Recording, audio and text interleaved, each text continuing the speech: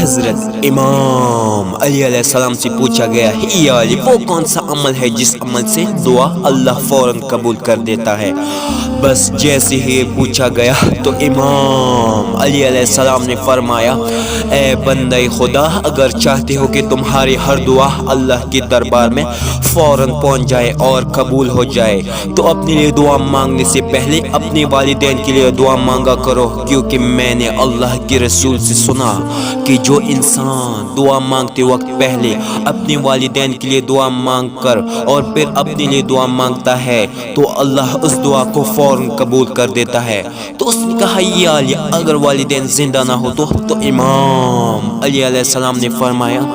اپنے والدین کے لیے مغفرت کی دعا مانگو، میں نے اللہ کے رسول سے سنا جو اولاد اپنے والدین کی مغفرت کے لیے دعا مانگتی ہے یا ان کی زندگی میں ان کی خیریت کے لیے دعا مانگتے ہیں اور پھر اپنے لیے دعا مانگ کر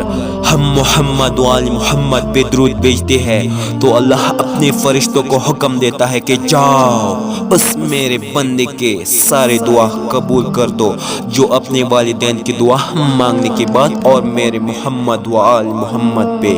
درود بھیجنے کے بعد مانگی ہے، اور وہ دعا فوراً قبول ہو جاتی ہے اور وہ دعا فوراً